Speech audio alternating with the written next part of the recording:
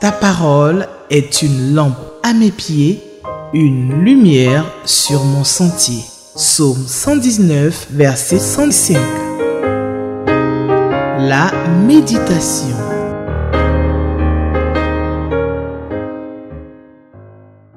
Mesdames et messieurs, chers amis lecteurs de la Bible, amis de la Bible, bonjour et shalom. Bienvenue à votre émission journalière Méditons ensemble avec la Ligue pour la lecture de la Bible en collaboration avec Espérance TV de l'EMUCI. EMUCI, c'est l'Église méthodiste unie Côte d'Ivoire. Salutations à toute l'équipe donc, qui nous accompagne.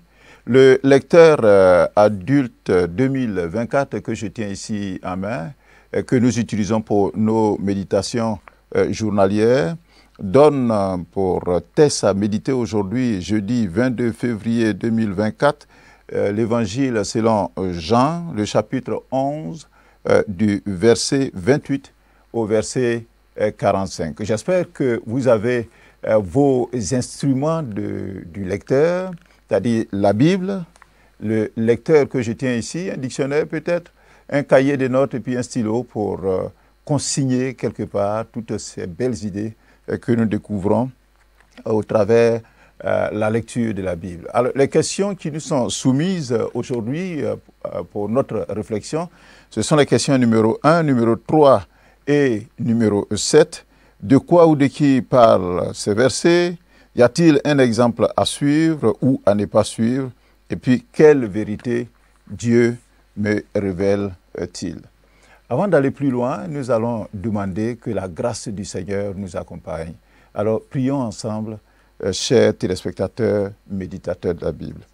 Seigneur, nous voulons nous remettre à toi et te demander que tu sois avec nous, dans nos cœurs, que tu prépares nos cœurs à recevoir ta parole, que tu nous inspires par ton esprit, au nom de Jésus-Christ. Amen. Il faut que notre texte que nous allons lire, Jean le chapitre 11, à partir du verset 28 jusqu'au verset 45, qu'on essaye de situer ce texte-là dans les événements qui ont précédé et qui arrivent, bien sûr. À la fête de la dédicace à Jérusalem, les Juifs essaient encore de se saisir de Jésus afin de le lapider et lui ôter la vie, car, accuse-t-il, Jésus a dit qu'il est le Fils de Dieu. Voici donc pourquoi ils veulent lui ôter la vie. Après s'être échappé de leurs mains, Jésus s'en alla de nouveau au-delà du Jourdain, dans le lieu où Jean le Baptiste avait d'abord donc baptisé. Et il y demeure. Beaucoup de gens, depuis quelque temps, le suivent, et beaucoup de gens donc le suivent dans ce lieu-là pour l'écouter. Et plusieurs de ces gens qui vont l'écouter crurent en lui. C'était une très bonne chose. C'est dans ce lieu que Marie et Marthe envoyaient dire à Jésus que Lazare, son ami, est malade à Béthanie. Béthanie qui est un village pas loin de Jérusalem. Lors donc qu'il eut appris que Lazare, son ami, était malade, Jésus qui aimait Marthe et sa sœur, Marie, tout comme il aimait Lazare, il resta 2 jours encore dans le lieu où il était avant de retourner en Judée avec ses disciples. N'oublions pas qu'en Judée, on cherche donc à le tuer. Alors, chemin faisant, il annonce ouvertement à ses disciples qui sont avec lui que Lazare, leur ami commun, dort. Dans cette expression, c'est que Lazare est mort. Mais que lui, Jésus, il va le réveiller. Quand Jésus arrive à Béthanie, il trouve que Lazare est déjà, depuis 4 jours, mort et dans le sépulcre, enterré. Et beaucoup de Juifs sont venus à Jérusalem pour consoler Marthe et Marie de la mort de leur frère. Lorsque Marthe apprend que Jésus arrive, elle va au-devant de lui, tandis que Marie se tient assise à la maison. Elle dit à Jésus, Marthe donc dit à Jésus, que s'il eût été là, son frère Lazare ne serait pas mort. À cette remarque, Jésus va dire à Marthe que son frère Lazare ressuscitera. Car, dit-il, lui, Jésus, il est la résurrection et il est la vie. Celui qui croit en lui vivra quand même il serait mort. Une parole forte. Et d'ajouter que quiconque vit et croit en lui, Jésus, ne mourra jamais. Sur ces paroles de Jésus, Marthe confesse alors et elle dit, Seigneur, je crois que tu es le Christ, le Fils de Dieu qui devrait venir dans le monde. Alors, voici la suite de cette histoire avec le texte que le lecteur nous propose aujourd'hui. Jean, l'évangile de Jean, le chapitre 11, à partir du verset 28. Si vous avez vos livres, vos Bibles, nous allons faire la lecture ensemble. Verset 28. Ayant ainsi parlé, elle s'en alla. Puis elle appela secrètement Marie, sa sœur, et lui dit, « Le maître est ici, et il te demande. » Dès que Marie eut entendu, elle se leva promptement et alla vers lui. Car Jésus n'était pas encore entré dans le village, mais il était dans le lieu où Marthe l'avait rencontré. Verset 31. Les Juifs qui étaient avec Marie dans la maison et qui la consolaient, l'ayant vue se lever promptement et sortir, la suivirent, disant, « Elle va au sépulcre pour y pleurer. » Lorsque Marie fut arrivée là où était Jésus, et qu'elle le vit, elle tomba à ses pieds et lui dit, « Seigneur, si tu eusses été ici, mon frère ne serait pas mort. » Verset 33. Jésus, la voyant pleurer, elle et les Juifs qui étaient venus avec elle, frémit en son esprit et fut tout ému. Et il dit, « Où l'avez-vous mis ?» « Seigneur, lui répondit-il, viens et vois. » Verset 35, Jésus pleura. Sur quoi les Juifs dirent, « Voyez comme il l'aimait. » Et quelques-uns d'entre eux dirent, « Lui qui a ouvert les yeux de l'aveugle, ne pouvait-il pas faire aussi que cet homme ne mourût point ?» Verset 38. Jésus, frémissant de nouveau en lui-même, se rendit au sépulcre. C'était une grotte et une pierre était placée devant. Jésus dit, « ôtez la pierre. » Marthe, la sœur du mort, lui dit, « Seigneur, il sent déjà, car il y a 4 jours qu'il est là. » Verset 40, Jésus lui dit, « Ne t'ai-je pas dit que si tu crois, tu verras la gloire de Dieu ?» Ils ôtèrent donc la pierre, et Jésus leva les yeux en haut et dit, « Père, je te rends grâce de ce que tu m'as exaucé. Pour moi, je savais que tu m'exauces toujours, mais j'ai parlé à cause de la foule qui m'entoure, afin qu'ils croient que c'est toi qui m'as envoyé. » Verset 43. Ayant dit cela, il cria d'une voix forte, « Lazare, sors !» Et le mort sortit, les pieds et les mains liés de bandes, et le visage enveloppé d'un linge. Jésus leur dit, « Déliez-le et laissez-le aller. » Verset 45 enfin. Plusieurs des Juifs qui étaient venus vers Marie et qui virent ce que fit Jésus, crurent en lui. Alors nous allons répondre à notre première question, la première question donc du lecteur, de quoi ou de qui parlent ces versets? D'abord, le titre que le lecteur nous a donné à ce texte, c'est « L'atmosphère change en la présence de Jésus ». Et j'ai essayé de reformuler aussi « Jésus change le deuil en joie ». Alors, nous allons développer tout cela. De quoi nous parle le texte? Jésus vient d'amener Marthe à s'appuyer sur le seul fondement qui put la consoler et la soutenir à ce moment précis de douleur intense, voire insoutenable, de la mort de son frère Lazare. Savoir que son frère ressuscitera. Car lui, Jésus, il est la résurrection et il est la vie.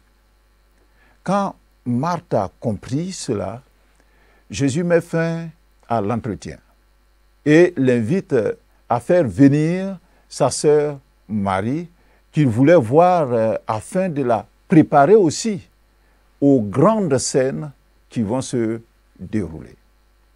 C'est ce qui ressort clairement de cette phrase-là au verset 28, où Marthe donc dit à Marie, « Le Maître est ici, il te demande. » Alors quand Marie entend cela, elle se lève promptement et va vers Jésus.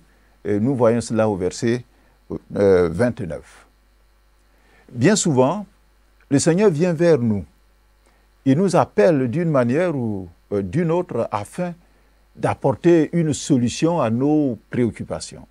Et quelles sont ces préoccupations? C'est la peur, c'est la douleur, c'est l'incertitude de la vie, c'est le désarroi, la lassitude, le découragement, etc. En tout cas, toutes les vicissitudes donc, de la vie. Alors, sommes-nous sensibles à son appel et réagissons-nous avec promptitude comme Marie l'a fait? Jésus, il n'oublie jamais et jamais ses amis, notamment dans les moments de douleur, quand la peine est là. Ses amis, bien sûr, sont ceux qui savent s'asseoir à ses pieds pour l'écouter. Comme une fois déjà, Marie elle-même s'était assise aux pieds de Jésus pour écouter son enseignement. De là est née cette amitié qui l'oblige aujourd'hui, dans le texte que nous venons de lire, à aller l'assister et assister donc sa famille parce que la douleur est là, Lazare est mort. Cette fois-ci, Marie n'est pas dans les mêmes dispositions psychologiques. Son attitude a quelque peu changé car elle est en peine, elle est en larmes. Je suis persuadé qu'à cause donc de cette circonstance-là douloureuse, elle avait des sentiments mitigés en répondant à l'appel de Jésus qui lui a été transmis par Marthe, sa sœur. Et c'est quoi ces sentiments mitigés? D'une part, un soulagement de voir le Seigneur Jésus à leur côté dans cette douleur. Le verset 32 nous dit que lorsque Marie fut arrivée là où était Jésus et qu'elle le vit, elle tomba à ses pieds. Jésus veut nous témoigner de son amitié et il veut nous apporter le soulagement. Et il suffit de répondre à son appel, d'être là, et il le fait. Deuxième sentiment que Marie certainement éprouvait, c'est un sentiment de regret. Car, disait-elle, le Seigneur Jésus n'est pas venu plus tôt, alors que Lazare était encore malade et en vie. Et elle le lui signifie de la même façon d'ailleurs que sa sœur Marthe l'avait fait auparavant dans le texte que nous avons lu hier. Le verset 32, au verset 32, elle le dit, « Seigneur, si tu eusses été ici, mon frère ne serait pas mort. » Les deux sœurs, Marthe et Marie, se disaient que la tragédie qui les frappait aurait pu être évitée si Jésus avait été présent plus tôt. Bien que sincère, leur foi était limitée et cette foi était en faillite donc dans l'épreuve. Alors bien souvent, dans la douleur ou dans la détresse, notre foi qui est déjà faible peut lâcher. Notre foi donc peut lâcher et dans ce cas-là, nous perdons pied parce que nous ne savons pas donc quoi faire exactement. Alors, on se méprend donc du Seigneur et puis on s'en prend même à lui. Et on lui pose quelquefois des questions. Seigneur, pourquoi n'as-tu pas agi? Pourquoi m'as-tu abandonné? Et Seigneur, tu aurais pu venir à mon secours. Et c'est ce que les sœurs Marthe et Marie disent. Seigneur, si tu eusses été là, notre frère ne serait pas mort. Quand nous passons par des moments de détresse, des moments de tristesse, des moments même de désespoir, Dieu peut nous sembler lointain, très loin de nous, ou même absent. Dieu peut nous sembler insensible donc à nos maux et à nos douleurs. Cela est un faux sentiment et une mauvaise appréciation du Dieu compatissant que nous avons en Jésus-Christ. En effet, nous notons ici que le Seigneur il est compatissant. Il se préoccupe des émotions ou de l'état d'âme donc des sœurs de Lazare. Le verset 33 nous dit que Jésus, la voyant pleurer, elle et les Juifs, voyant pleurer bien sûr Marie, elle et les Juifs qui étaient venus avec elle, il frémit en son esprit et fut tout ému.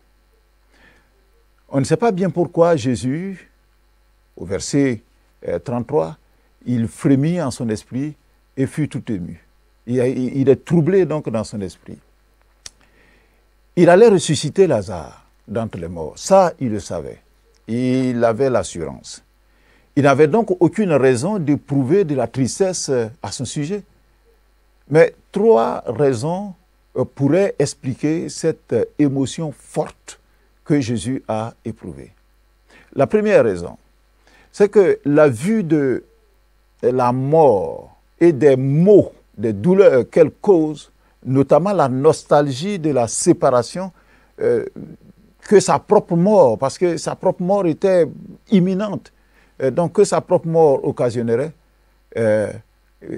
donc était en train de le mortifier dans son âme. Deuxième explication de cette émotion forte que Jésus a éprouvée, c'est le chagrin que les 2 sœurs et leurs amis juifs avaient dû endurer pendant 4 jours donc de deuil. Et troisième sentiment, c'est que Jésus pourrait éprouver et qui le rendait fortement ému, c'est l'incrédulité des Juifs qui entouraient Marie. Car, disait-il, ces Juifs-là, au verset 36, que lui qui a ouvert donc les yeux de l'aveugle, ne pouvait-il pas faire aussi ce que cet homme, ne pouvait-il pas faire de sorte que cet homme-là, Lazare, ne mourut point? Alors, quand Jésus fut là, au sépulcre, et avant même qu'on eût roulé donc la pierre, il se mit lui aussi à pleurer. Et le verset 35 nous dit que Jésus pleura. C'est d'ailleurs le verset le plus court de la Bible. Et les Juifs ne comprirent pas pourquoi Jésus pleurait. Ils pensaient qu'il versait donc des larmes sur la mort de Lazare, des larmes d'impuissance, puisqu'il n'a pas empêché Lazare de mourir. Il y a des larmes qui sont légitimes et il ne faut pas croire qu'il soit indigne d'un homme de répandre donc des larmes. Les pleurs d'un ami compatissant apportent de la consolation. Je peux rendre mon propre témoignage donc de la disparition de ma génitrice il y a 20 ans en arrière à peu près, où un ami nous a accompagnés aux obsèques. Et j'avoue que quand on allait on allait au cimetière, mon ami s'est mis à sangloter très fortement et à pleurer, de telle sorte que quand nous sommes revenus du cimetière, certaines personnes donc sont venues me voir pour me demander, mais lui c'est ton frère aussi? Je leur ai dit, non, ce n'est pas mon frère, c'est mon ami. Et alors, ils m'ont dit, mais c'est qu'il t'aime beaucoup parce que la manière il se lamentait, c'est qu'il te porte donc dans le cœur. Dans nos peines, nous pouvons compter sur la sympathie de notre Sauveur. Il est notre ami. Car il a connu les sentiments humains, mais sans jamais pécher. Il partage nos joies, il partage aussi nos peines. De tout temps, d'ailleurs, l'Éternel s'est dit le Dieu compatissant. Et il ne l'est pas moins, sans doute, depuis qu'il a, en Christ Jésus, réconcilié le monde avec lui-même. Jésus était pleinement homme, comme nous, et pouvait par conséquent faire l'expérience de la tristesse. C'est ce que nous voyons donc dans ce texte-là. Alors, nous poursuivons et nous pouvons dire qu'au verset 38, que Jésus, le texte nous dit que Jésus, frémissant de nouveau en lui-même, se rendit au sépulcre et demanda que l'on note la pierre qui était placée devant la grotte qui servait de sépulture. Lorsque Marthe, qui était aussi présente à cette scène, comprit que Jésus s'apprêtait à ressusciter Lazare, sa foi a défailli plutôt.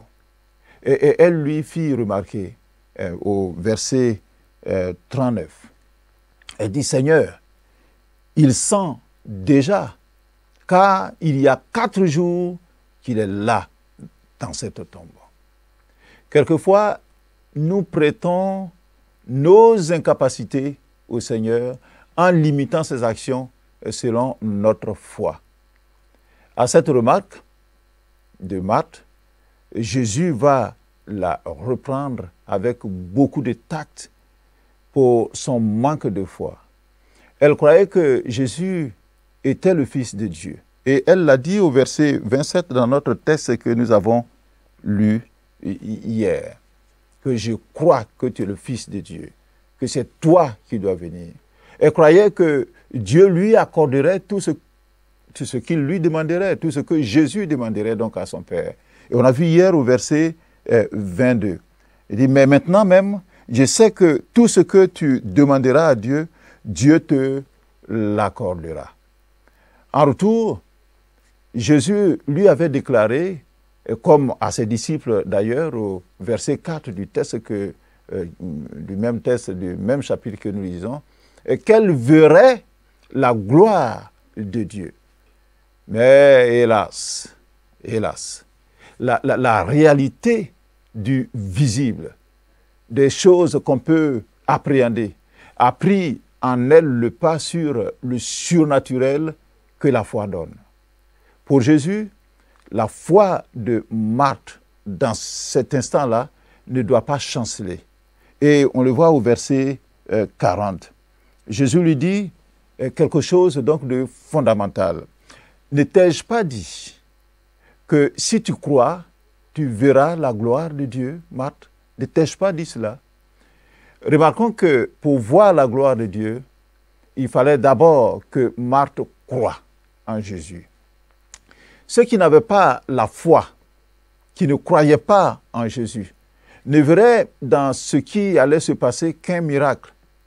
Un homme qui va ressusciter d'entre les morts, qui va revenir de la mort à la vie. Juste du sensationnel. En revanche, ce que le Seigneur veut faire voir à Marthe, c'est que ceux qui croiraient en lui verraient la portée donc du miracle, c'est-à-dire la gloire de Dieu. Ne t'ai-je pas dit que si tu crois, tu verras la gloire de Dieu? Si nous croyons en Jésus, nous verrons la gloire de Dieu. Non seulement se manifester autour de nous, mais surtout dans nos cœurs et dans nos vies.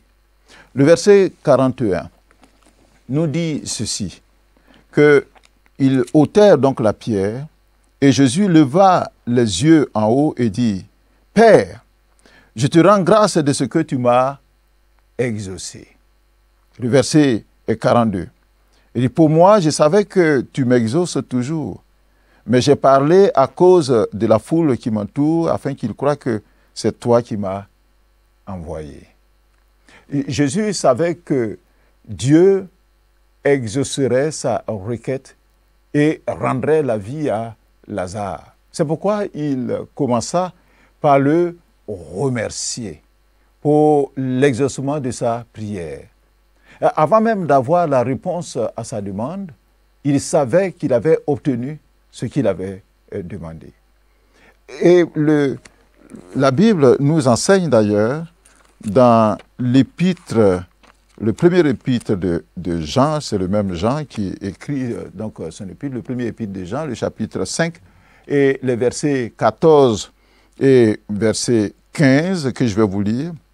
Il a dit ceci sur l'efficacité de la prière, que nous avons auprès de lui, c'est-à-dire auprès de Dieu, cette assurance que si nous demandons quelque chose, selon sa volonté, il nous écoute. Et si nous savons qu'il nous écoute, quelque chose que nous demandions, nous savons que nous possédons la chose que nous lui avons demandée. Et c'est cela, c'est ce que Jésus veut montrer à tous ceux qui l'entourent. Que quand on a demandé quelque chose à Dieu, croyons et Dieu va le faire. Jésus remercia donc Dieu à haute voix, de sorte que la foule qui se trouvait autour de lui put entendre, savoir qu'il n'agissait pas de son propre chef et que c'était par la puissance donc divine, la puissance de son Père qu'il ressusciterait Lazare.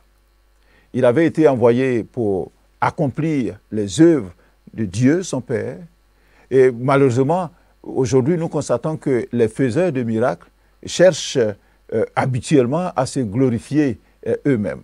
Jésus, lui, il ne cherche pas à se glorifier, il rendait toujours gloire à Dieu. Le verset 43 nous dit que, ayant dit cela, il cria d'une voix forte, « Lazare, sors !» Ah, c'est merveilleux. Quel est cet homme de Jésus, comme on aime le chanter, dont les morts entendent la voix et lui obéissent. Ceux qui sont inertes, ceux qui sont même en putréfaction comme Lazare présentement. Parce que le verset 44 nous dit que le mort sortit, les pieds et les mains liés bien sûr de bandes et le visage enveloppé d'un linge. Jésus lui dit, déliez-le, dit à ceux qui sont là, déliez-le et laissez-le aller. Les Juifs avaient l'habitude donc d'envelopper le corps avant la mise au tombeau. Les jambes étaient enveloppées, certainement séparément, ce qui permit à Lazare de marcher et de venir donc vers le public qui était là. Ce dut être un spectacle surprenant, époustouflant et aussi pétrifiant parce que, attendez, on voit quelqu'un qui est mort depuis 4 jours se lever et puis revenir à la vie et puis marcher. Et c'était un spectacle donc unique. Alors, devant un tel spectacle, comment ne pas croire en Jésus après un miracle pareil? En effet, et c'est là le dernier verset qui nous le dit, le verset 45, que plusieurs des Juifs qui étaient venus vers Marie et qui virent ce que Jésus a fait, crurent en lui. Fort heureusement, ils crurent en lui. Devant donc des choses aussi ineffables, j'allais dire, des choses aussi grandes, merveilleuses, on ne peut que capituler et croire en Jésus-Christ. La deuxième question plutôt de notre lecteur, c'était, y a-t-il un exemple à suivre ou à ne pas suivre? Oui, il y a des exemples à suivre et aussi à ne pas suivre. Les exemples à suivre, ce sont les Juifs qui sont allés consoler la famille de Lazare. En tout cas, c'est un bel exemple de soutien et de compassion.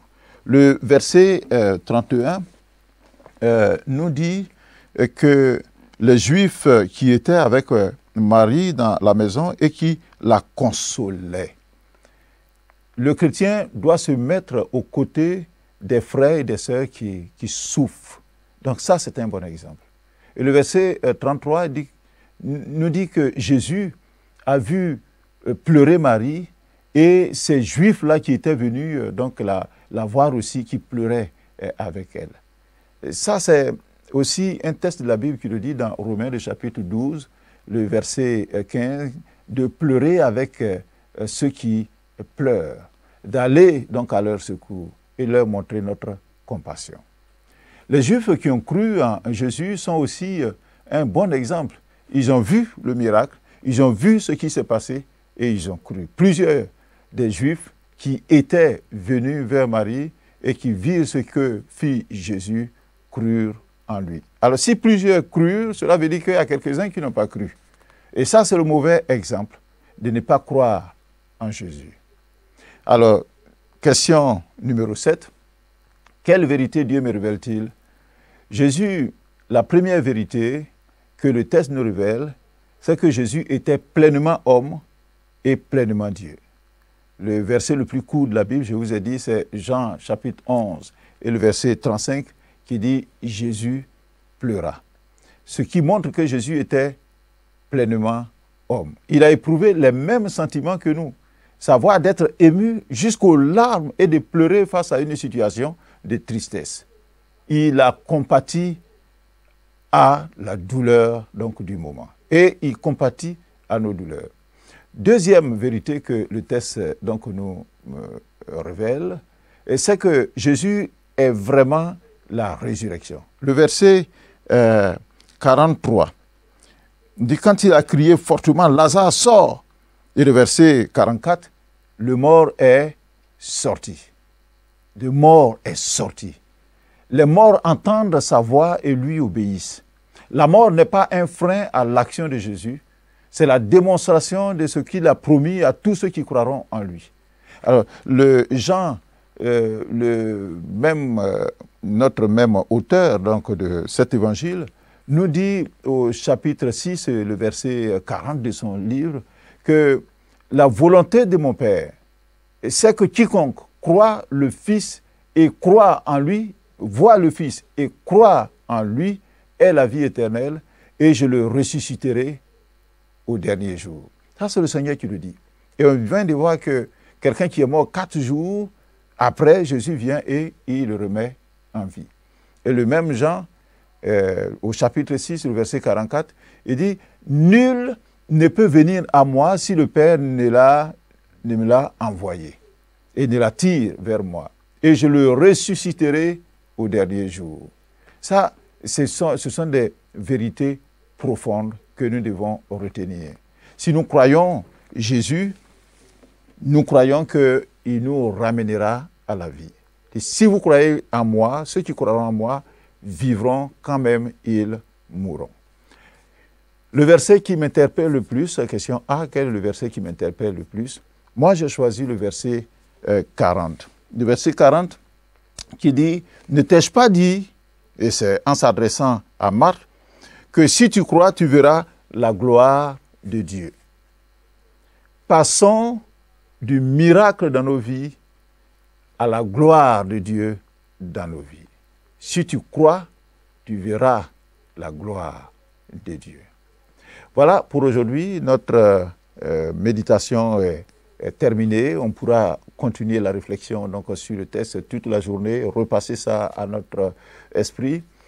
Pour l'heure, nous allons prier, demander au Seigneur de nous aider donc, à retenir ce que nous avons lu, ce que nous avons réfléchi, afin de pratiquer et mettre ça dans notre vie. Prions le Seigneur. Seigneur Jésus, tu es compatissant et tu pleures avec nous quand nous sommes en peine. Tu es la résurrection et la vie. Tu as ressuscité Lazare après 4 jours au tombeau. Je crois en ta puissance, en ta toute puissance, pour redonner vie et me redonner moi-même vie si un jour je passais donc par la mort. Parce que ta promesse de ressusciter tous ceux qui croient en toi au dernier jour est vrai et réel. Merci pour cette espérance que j'ai en toi, pour la vie éternelle que tu me donnes. En toi, je vois et je contemple la gloire de Dieu. Merci pour cet enseignement au nom de Jésus-Christ. Amen. Le commentaire du lecteur se trouve à la page 28. Demain, un autre texte, une autre méditation, d'autres bénédictions de Dieu. Que le Seigneur vous bénisse. Ta parole est une lampe à mes pieds, une lumière sur mon sentier. Psaume 119, verset 105. La méditation.